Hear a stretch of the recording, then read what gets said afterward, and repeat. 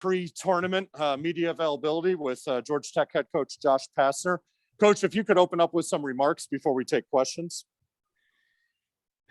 Yeah, just so everyone's on the same page and we get this out of the way on the front end. Unfortunately, we learned late last night that one member of our travel party did test positive for COVID-19 upon intake testing here in Indianapolis yesterday. That individual has been isolated here in Indianapolis per CDC and NCAA guidelines. That individual will not be able to participate in our games this weekend. Contact tracing was conducted by the local health officials, and no other members of our travel party were identified as close contacts through contact tracing. Obviously, our thoughts and prayers are with this individual. He is asymptomatic. We hope that remains that way and makes a full, speedy recovery. And so that's that. Wanted to get that out of the way. Obviously, due to HIPAA, obviously the federal law with medical privacy, I'm not able to share the name of the individual. So I just want to be on the front end of that. But all that being said, we're here. Obviously, that one individual will not be able to participate through the remainder of this week. And if we are fortunate enough that we can win Friday and Sunday, and that individual remains asymptomatic, he would be able to rejoin with us in the second weekend or the following Sweet 16 rounds. So we are excited to be here. Obviously, we're in the NCAA tournament, had an incredible win on Saturday for the ACC tournament championship. Been just absolutely fantastic and awesome to do that. I'm so proud of our young men. We're excited to play Loyola Chicago. They're a really, really good basketball team. Porter Moser is one of the best coaches in the country. Everybody's probably familiar with Loyola Chicago based on the fact of, a few years ago, when they went to the Final Four, and Sister Jean, she became, nationally known, and I was a Sister Jean fan as well too, so anyway, that's who we're playing, is Loyola Chicago. For anyone who's maybe not as familiar, but they're really good.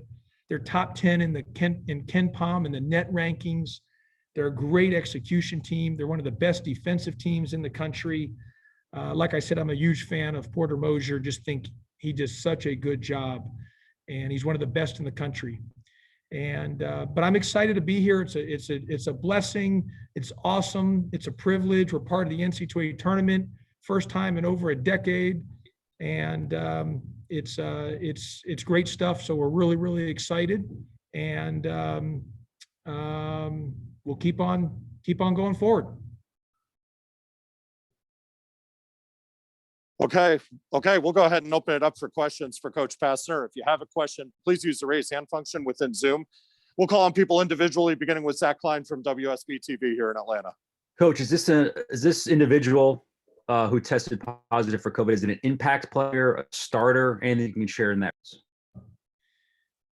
Yeah, Zach, unfortunately, as much as I would love to be able to give you more info on that, just per the HIPAA, I can't divulge. I can only say he's a person within our travel party, and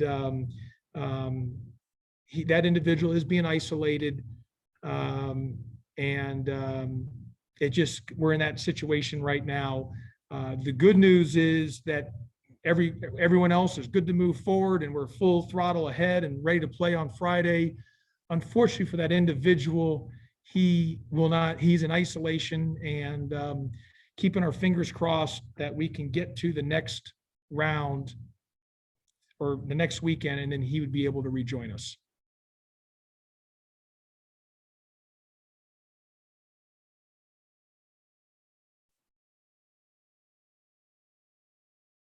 You there, Mike Flynn? Yes. Next question comes from Kelly Quinlan from Rivals. Hey, Josh, I guess how much of a concern is it just having something like that happen once you're in the bubble and having a guy, are you nervous about it at all? Kelly, let me just say this. We have done everything from the start of the season. I mean, we have been so careful. We've been so protective. We've done everything within our power to mitigate circumstances and to have mitigating abilities to make sure we're not in any position. And it obviously is shown for us to continue to move forward. We've been just, as careful as anybody, but unfortunately, look, the amount of time we spend, the guys called me, they don't even call me coach. They call me COVID-19 security guard, because I spend all the time getting the guys out of the locker room. Where are you sitting? Where are you this? Where are you that? Making sure who's sitting where on the bus, who's sitting where on the airplane. You name it, you name it. And I've, we've done it.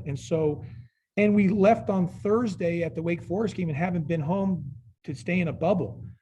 However, we're dealing with an invisible ghost you can't see. It's just, it's obviously a very, very dangerous virus. It's killed over 500,000 people in the United States. So we have taken this very, very seriously. Thank God right now that the person that received that was positive, he is asymptomatic, and we just keep our fingers crossed and pray that it remains that way. But look, this is a very, very serious virus. And so, and you can do everything you can within your power, and unfortunately still get a little bit, just get unlucky. Like I said, it's just part of it. And look, scientists, the doctors, everybody's still learning. Even though we're a year in, it's every day that goes by, people are continuing to learn. The experts, the doctors and the scientists are learning more about this virus on it. So, 6 months from now, we'll know even more about it. So, but at this point, that's where we're at.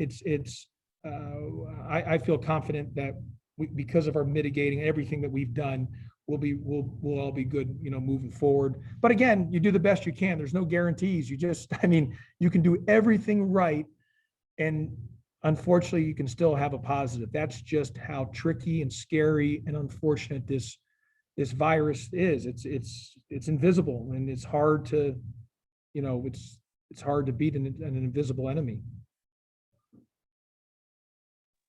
Next question comes from Rod McKenzie from 247 Sports. Hey, Josh, can you take us through the timeline as far as were you tested after the game, and were you tested when you got to Indy, and when did you find out about the results? Yeah, well, we've tested every day for a while now, so we've had a long testing, but there were some abnormalities were found in the testing following Saturday night's championship game. Medical officials investigated the abnormalities and as thoroughly as you can investigate something. And once that was thoroughly investigated, our entire travel party was cleared to depart for Indianapolis. Even though we were fully cleared to depart and good to go, just out of an abundance of caution to take extra measures, extra mitigating circumstances, we had 2 members of our travel party travel to Indianapolis separately from the rest of the travel party, out of an abundance of caution to be extra careful. And and like I said, the one individual unfortunately will not be able to be at the games this Friday, or if we win on Friday to play Sunday, but he is in isolation. Great news is he's asymptomatic, which is most important right now, because that supersedes anything. Is his health and his health. That's the most important. Wins, losses, tournament, no tournament. It's health is the most important. So that you can never take that for granted. So right now we're just happy that everything's asymptomatic. So that's where we're at. But everyone else, we're moving forward. We're locked in, ready to play against a great Loyola Chicago team on Friday, 4:00 TBS. And we've got the A team. Guess what? Jim Nance, Bill Raftery, Grant Hill. I think Tracy Wolfson is the sideline reporter. The A team of all. Now, everyone's really obviously the A team when you're at this level, but obviously the NCAA tournament looks at them as the A plus team in a sense. And it's really cool that they're getting to do our game on Friday. Okay, next question comes from Stephen Wino from the Associated Press. Hey, Josh, I got a wacky question for you. We all know the One Shining Moment song. You were in that video in '97 when the tournament ended. I'm curious, did you grow up listening to that song, pretending you were going to hit a buzzer beater to that song? And kind of what are your memories just about One Shining Moment? Well, Stephen, your dog might not like me, it sounds like, no, Stephen, look, I mean, if you're in basketball and you're in high school or middle school, you grow up to that song. I mean, everybody wants to be in the one shining moment. I mean, who doesn't? And so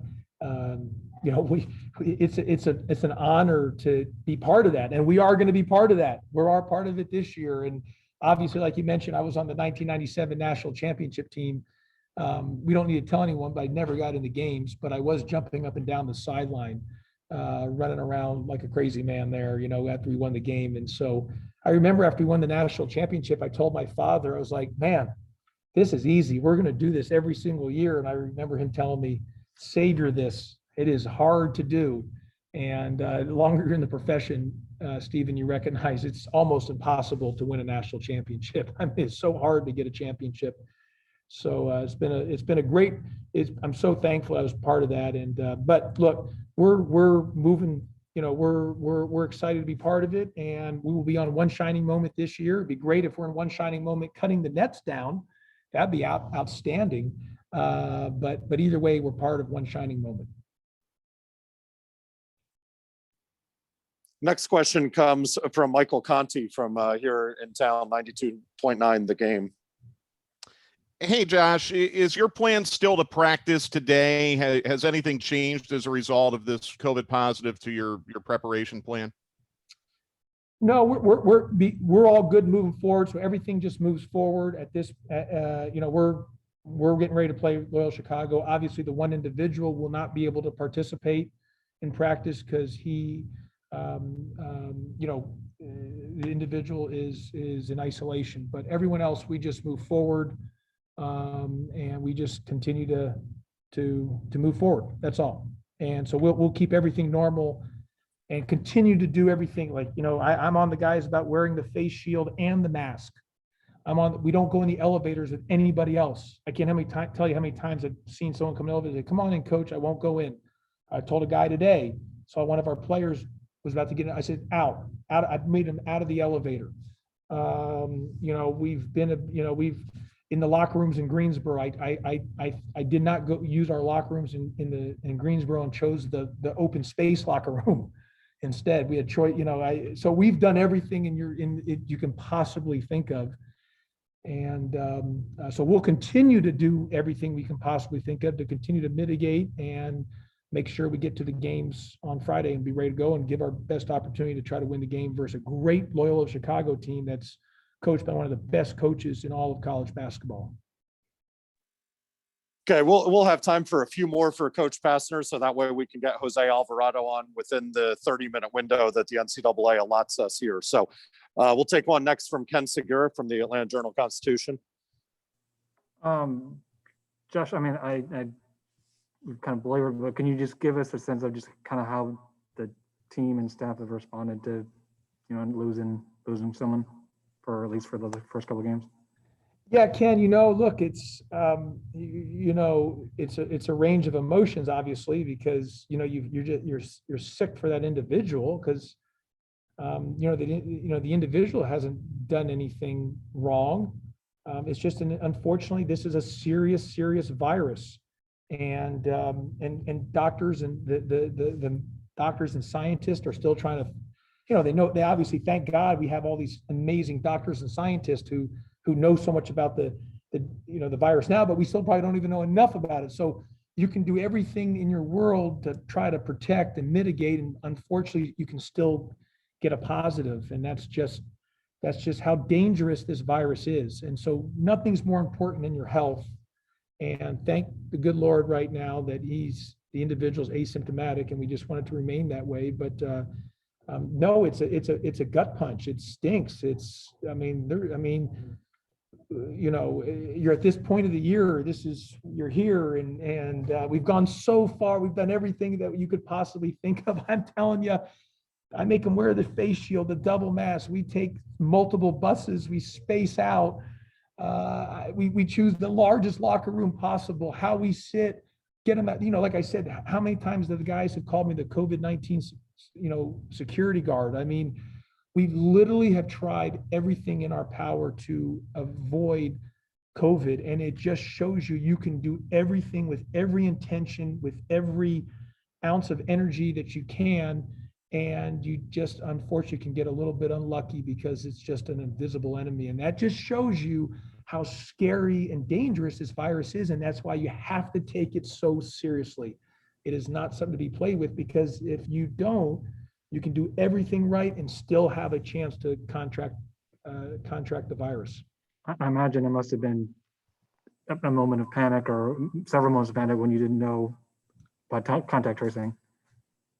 Yes, of course. I mean, but I felt comfortable knowing that because we've done everything such in a way of protection that one person wasn't going to affect. We've been so good in that area. So I don't know. I mean, everyone's done a great job around the country, but what we've done, the bubble all year long, the measures we've taken, we're about as, if there was a ranking, I would put us number 1 or top 5 in the country in the way we've handled COVID, which is a credit to our student athletes, credit to our medical personnel, to the Georgia Tech community. So I would put us up there as maybe the best at how we've handled this. And I say all that, Ken, yes, there is, but I say all that to say we've done everything right, literally as perfect as you could be. And you can still unfortunately get a positive. And that's how dangerous and scary this virus is. You got to take it seriously. But Ken, I don't know who's been better at us, have done how we've done it as in terms of the mitigating circumstances. And because of those mitigating circumstances and everything that we've done, that's why we're moving forward and get ready to play Friday against a big time basketball team that's coached by one of the best coaches in Porter Moser. Okay, we'll take one more quick one, just in the interest of making sure we get Jose in this 30-minute window that the NCAA has allotted us. So, Tom Noe from the South Bend Tribune, please ask your question. Josh, going to go a little different direction for you here. In your 5 years at Georgia Tech and also when you were at Memphis, what kind of resource has Digger Phelps been for you? Oh, Digger Phelps. Oh, wow. Okay. Well, Coach Phelps, yeah, that's definitely outside the box question. Coach, I got to know Coach Phelps when he was, because of Coach, when I was assistant with Coach Calipari, his wife, Coach Phelps' wife now currently she's from Memphis. And so he'd be in Memphis. He'd come by our practice with Coach Calipari. And then when I was the head coach there, we were on game day and we had some incredible interactions. He came and spoke to our team and he gave us a speech one time, and this incredible speech he gave to our team. It was unbelievable. And towards the end, he had a few curse words he threw in there, which made the speech amazing. We kind of gave it an extra, for storytelling. And so the next day I'm telling on the game day set about this incredible speech and everything else. And at the very end, he has a couple words and I'm kind of cringing and I'm like, and he's laughing and he says, "I forgot Coach Pastner doesn't curse. I forgot. Oh my God, I felt so bad." So we had it was kind of at the time you had to be there. It was actually on game day during the time. So, but he's been awesome. The guy's one of the best coaches ever to coach in the history of college basketball. Think of his success that he's had where he's been. Coach Phelps is just awesome. Not a lot of people know he was also heavily involved in helping, doing things even outside of basketball, like with the government, with back in the day with the drug program and different things like that. He was involved in that. So he's just been an incredible human being. Notre Dame is so lucky. Think of the coaches that Notre Dame's had: Digger Phelps, Mike Bray. Mike Bray, who I think, should probably get into why aren't we talking about him into the Hall of Fame? Think of what he's done at Delaware and now Notre Dame. but that's how amazing the Notre Dame's program is. You have 2 Hall of Famers, Digger Phelps and Mike Bray. Think about that. What an amazing program Notre Dame is. And Coach Phelps is awesome, and his wife is from Memphis, so I knew his wife. She's an awesome lady, and Coach Phelps has been an elite recruiter his whole life, and he sure did a great job recruiting her. He overachieved. He's an elite recruiter, even on his marriage. So, but Notre Dame, an amazing program. It's a privilege to have them part of the ACC on the basketball side, and 2 Hall of Famers in Digger Phelps and Mike Bray coaching currently or have coached at Notre Dame. Coach, thanks a ton. Best of luck this week. We'll talk to you after the game on Friday. Okay, thanks, everybody. And everybody, please hang on the line. We're going to have Jose Alvarado here.